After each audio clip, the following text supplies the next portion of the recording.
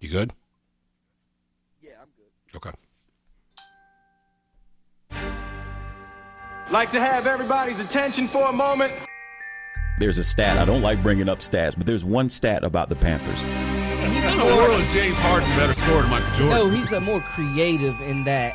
Traveling is not creative, he doesn't, Brandon. he doesn't. No matter what the score is, and they've said it themselves, whether they're up 10, down 20, whatever, they know they can turn it on whenever. Why did you have to bring up the Cowboys in this conversation? Lived in Texas for 2 years and just couldn't stand to watch Cowboys football. All right, listen up. Welcome to The Rundown. Here's Desmond Johnson.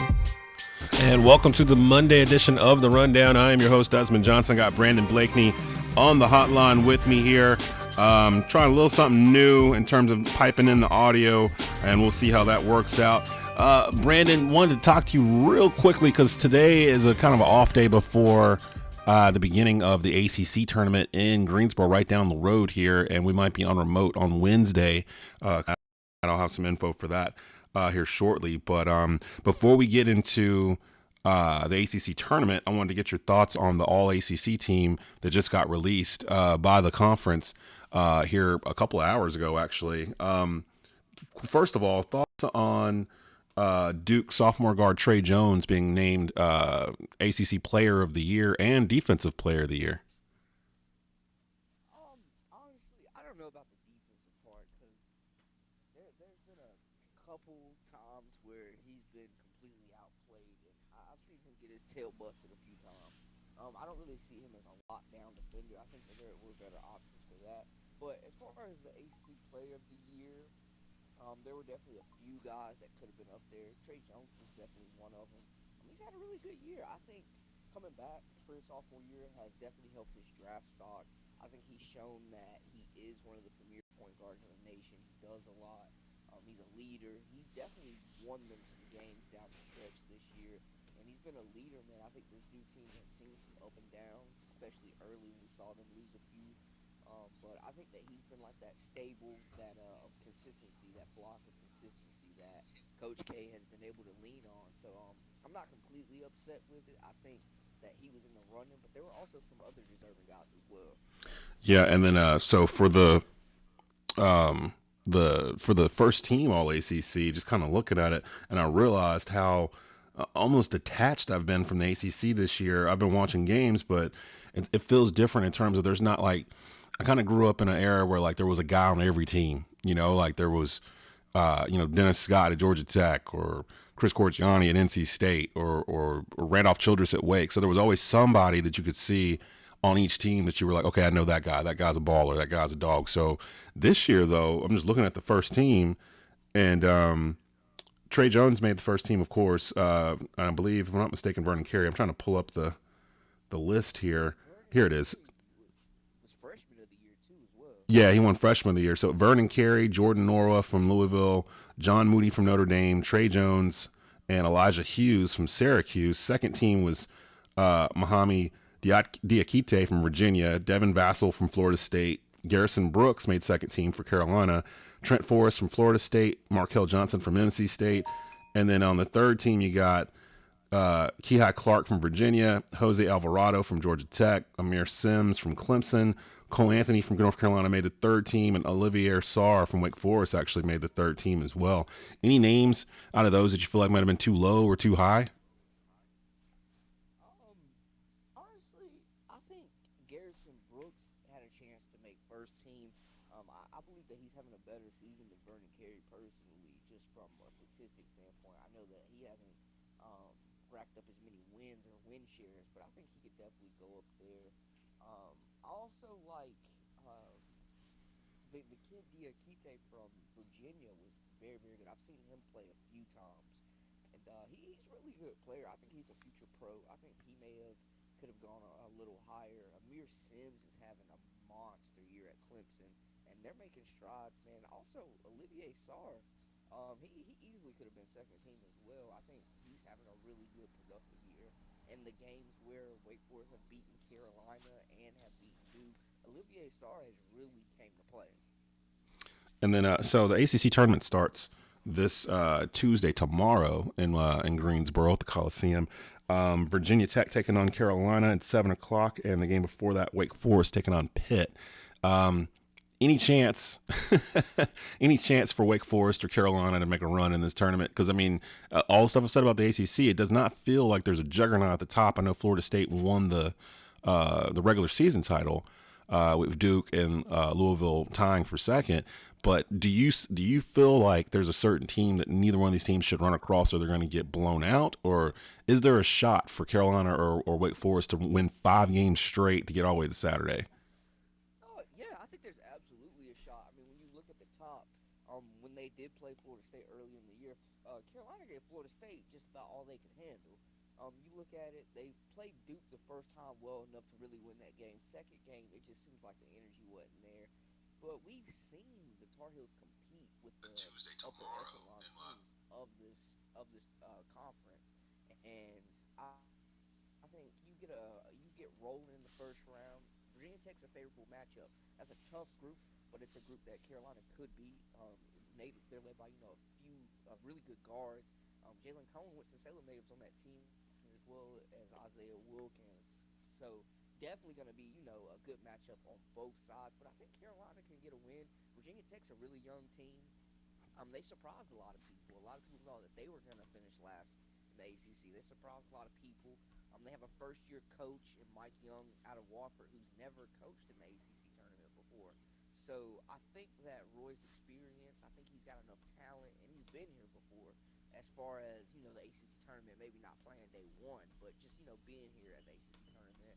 I think that, and it being in Greensboro, I mean, this is virtually a home game for a lot of these guys as well. So I definitely think they're in a position to make a run. I would have liked better. I would have felt better coming in if they do win that Duke game or at least put up a better fight. But they ruled off 3 straight, and it seems like, I don't know if Cole, I feel them. I don't know if they're playing like a top 10 team, but I do feel like they're playing like a team that you don't want to see this team as a 14 seed if they do make the NCAA tournament. I'll say that. I mean, I'm looking at the bracket, and it actually sets up pretty nice for Carolina in terms of who's in front of them. Obviously tomorrow they've got Virginia Tech at 7 o'clock, so it's a late game, night game. People may or may not remember, but Virginia Tech beat North Carolina on a last-second buzzer beater type shot, which seems like the majority of the losses Carolina had in ACC play were. So it's not like Virginia Tech dominated Carolina by any stretch of the means, and I'm pretty sure Carolina did not have some of their players during that game as well.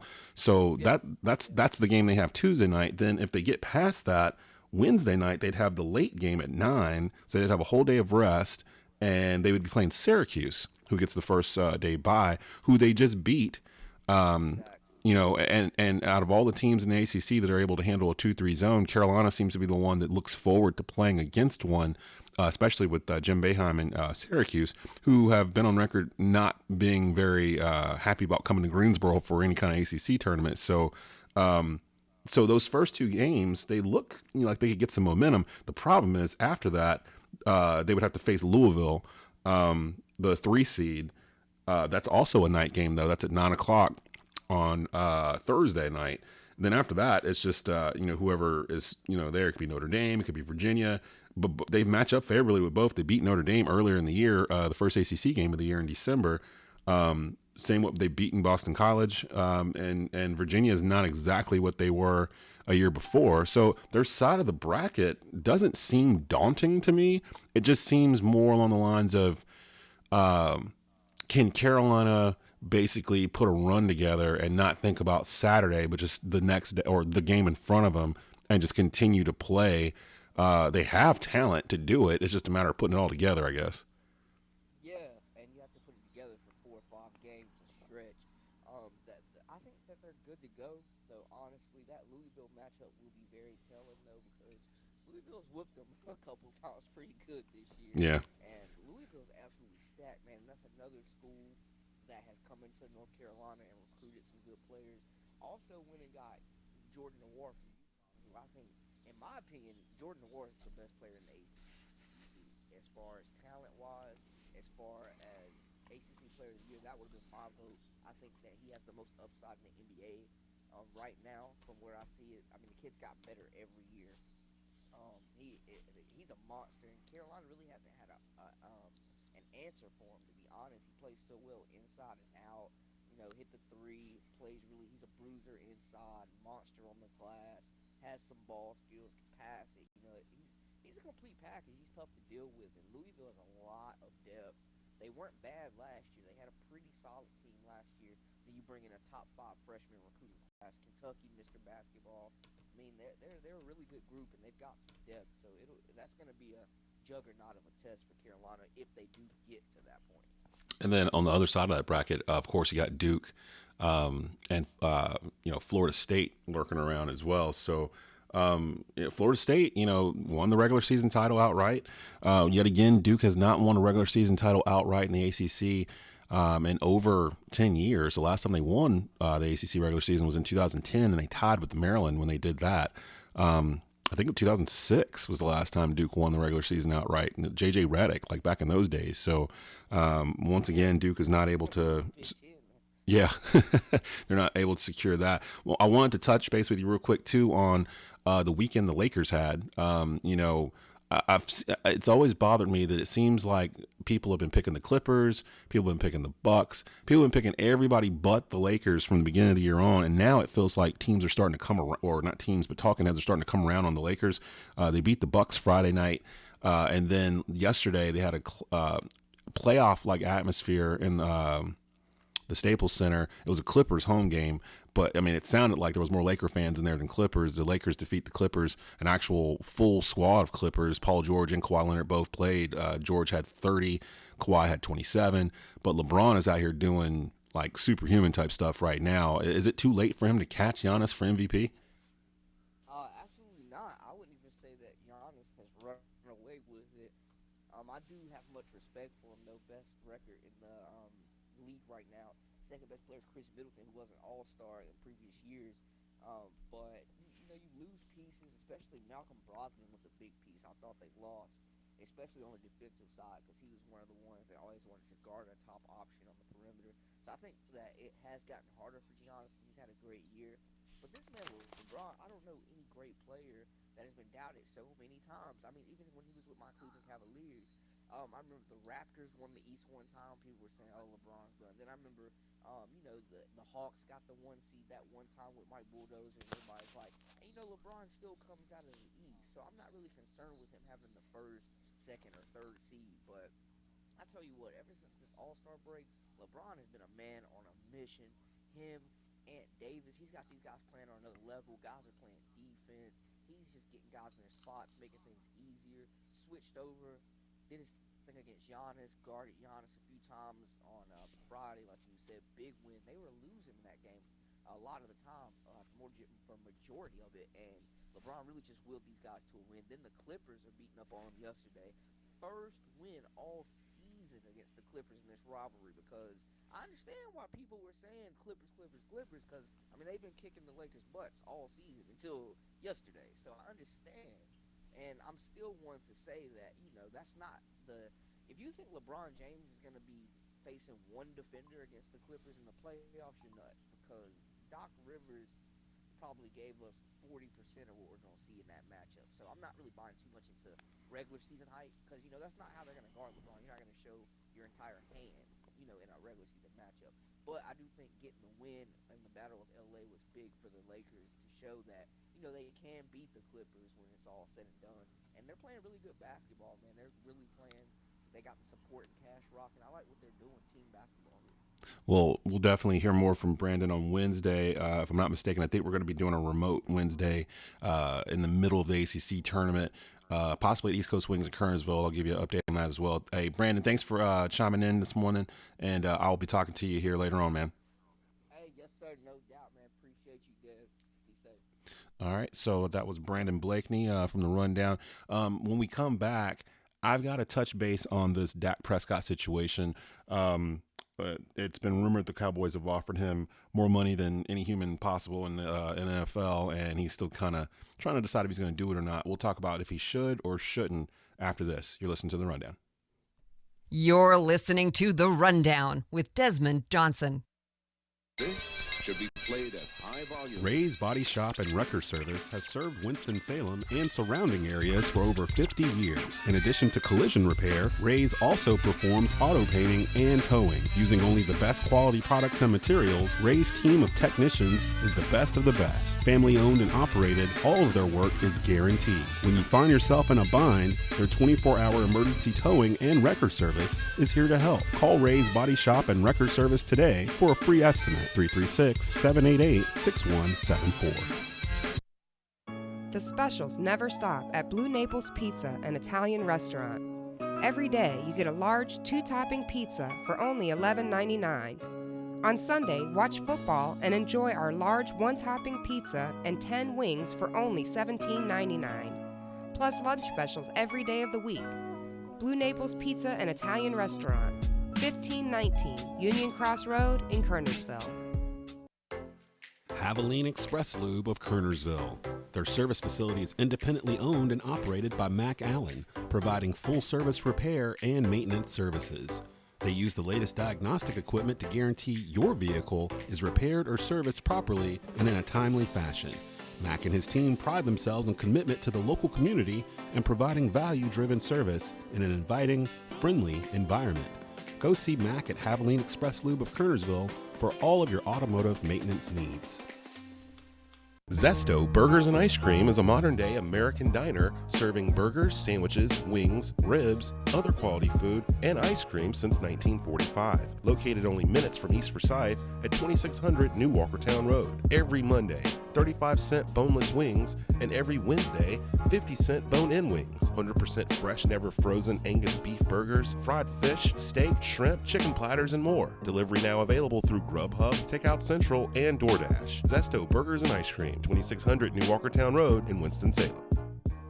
Back to the rundown with Desmond Johnson.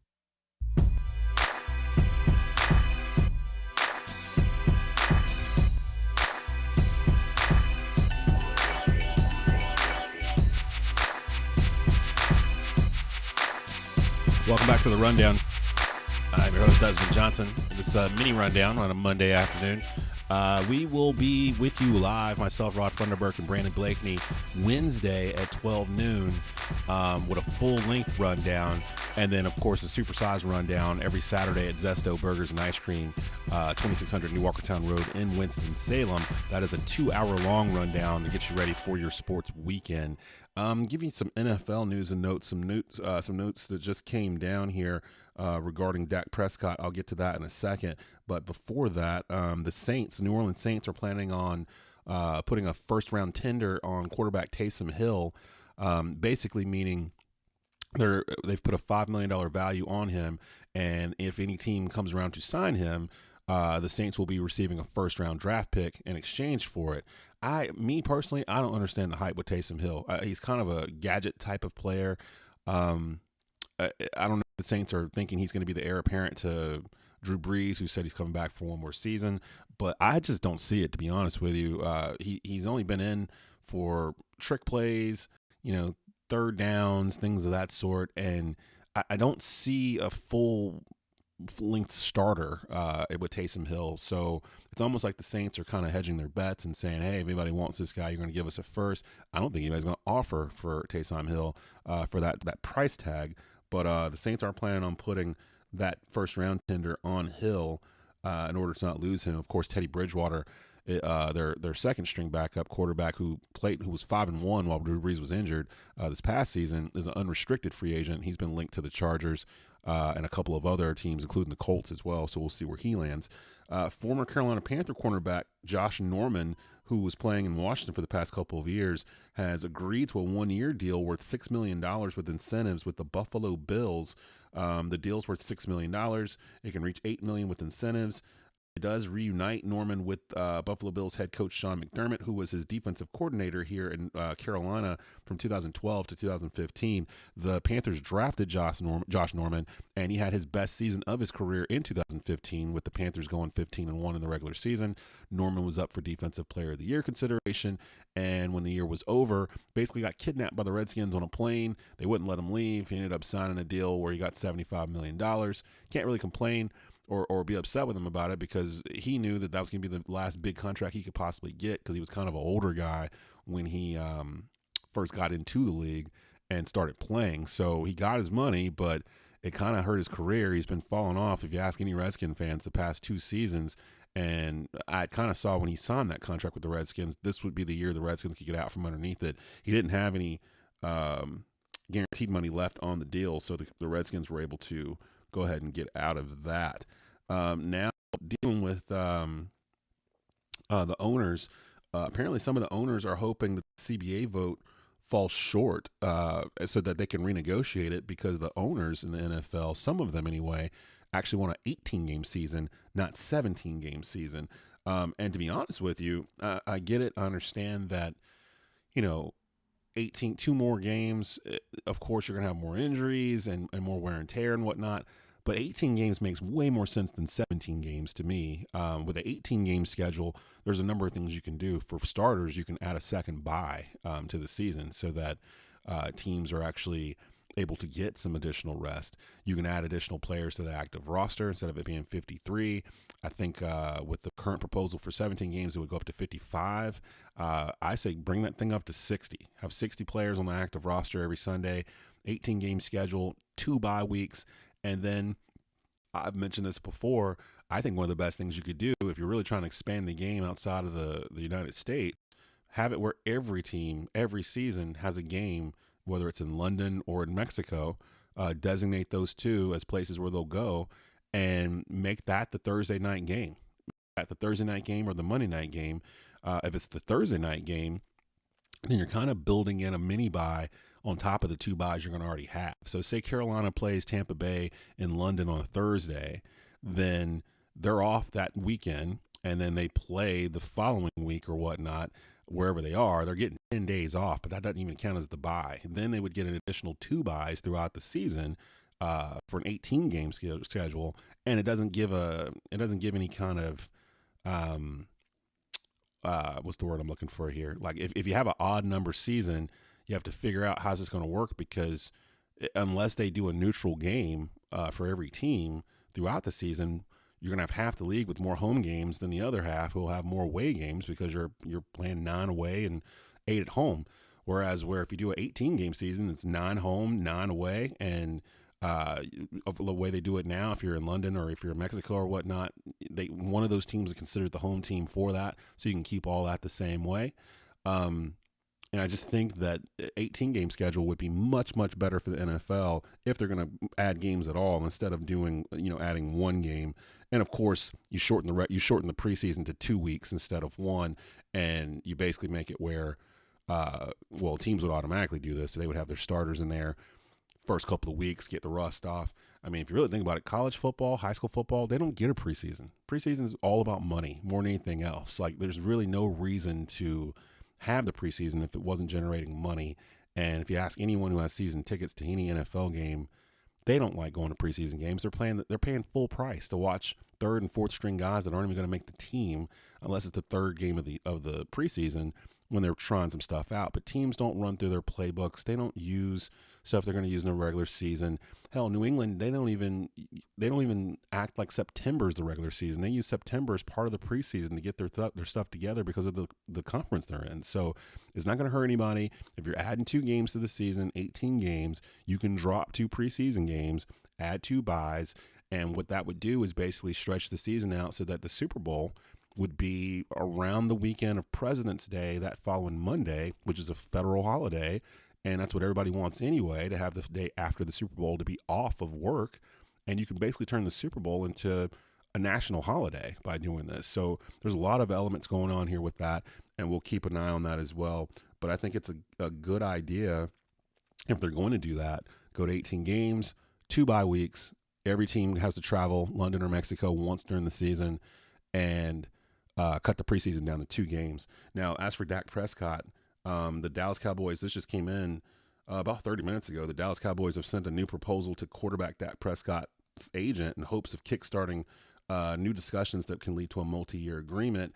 2 weeks ago, Prescott's agent had basically said that the discussions with the Cowboys was positive. There have been some sources that have reported the Cowboys have had an offer worth $33 million per year and more than $100 million guaranteed on the table.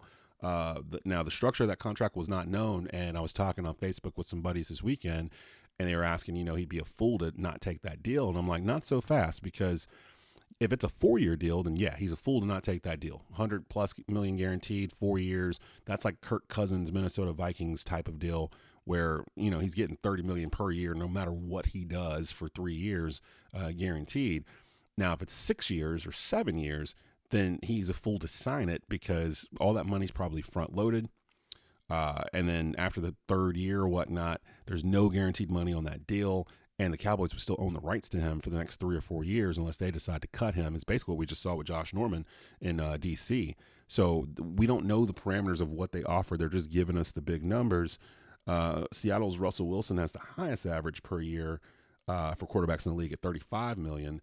Ben Roethlisberger is second at 34. Aaron Rodgers and Jared Goff both get about $33.5 million apiece. So this deal would put Dak around number 5 in terms of paid quarterbacks annually in the league. We don't know what the hang-up is.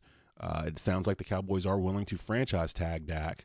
But for the Cowboys' sake, the best thing would be to get Dak underneath the deal and to franchise tag Amari Cooper, who's also an unrestricted free agent. So we'll see what happens with that as well. But that news is coming in. The Cowboys still working on a deal with Dak Prescott, and we'll find out if they can get that in. Prescott had career highs in passing yards last year. He almost threw for 5,000 yards. He threw for 4,902, had 30 touchdown passes. He's never missed a game in his career, and he's been named to the Pro Bowl twice out of 3 seasons. So definitely looks like the Cowboys have found a franchise quarterback. It's just a matter of how much they want to pay their franchise quarterback. We'll be back to wrap up the rundown for today after this.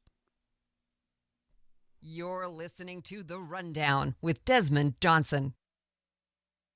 This should be played at high volume. Ray's Body Shop and Wrecker Service has served Winston-Salem and surrounding areas for over 50 years. In addition to collision repair, Ray's also performs auto painting and towing. Using only the best quality products and materials, Ray's team of technicians is the best of the best. Family owned and operated, all of their work is guaranteed. When you find yourself in a bind, their 24-hour emergency towing and wrecker service is here to help. Call Ray's Body Shop and Wrecker Service today for a free estimate. 336-788-6174. The specials never stop at Blue Naples Pizza, an Italian restaurant. Every day you get a large 2-topping pizza for only $11.99. On Sunday, watch football and enjoy our large 1-topping pizza and 10 wings for only $17.99. Plus lunch specials every day of the week.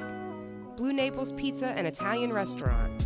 1519 Union Cross Road in Kernersville. Haviline Express Lube of Kernersville. Their service facility is independently owned and operated by Mac Allen, providing full-service repair and maintenance services. They use the latest diagnostic equipment to guarantee your vehicle is repaired or serviced properly and in a timely fashion. Mac and his team pride themselves on commitment to the local community and providing value-driven service in an inviting, friendly environment. Go see Mac at Haviline Express Lube of Kernersville for all of your automotive maintenance needs. Back to The Rundown with Desmond Johnson.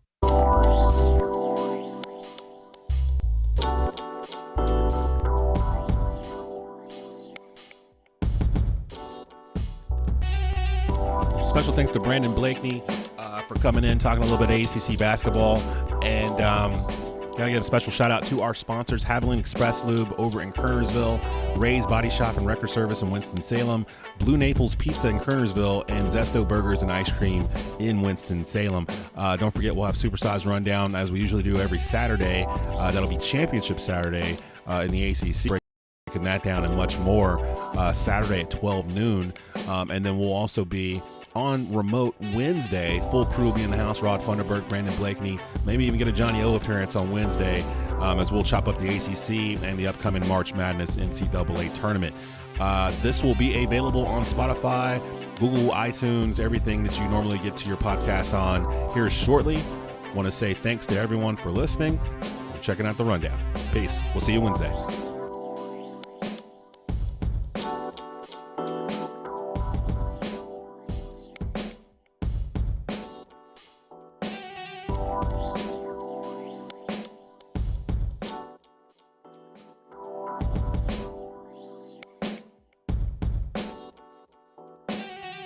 You're listening to The Rundown with Desmond Johnson.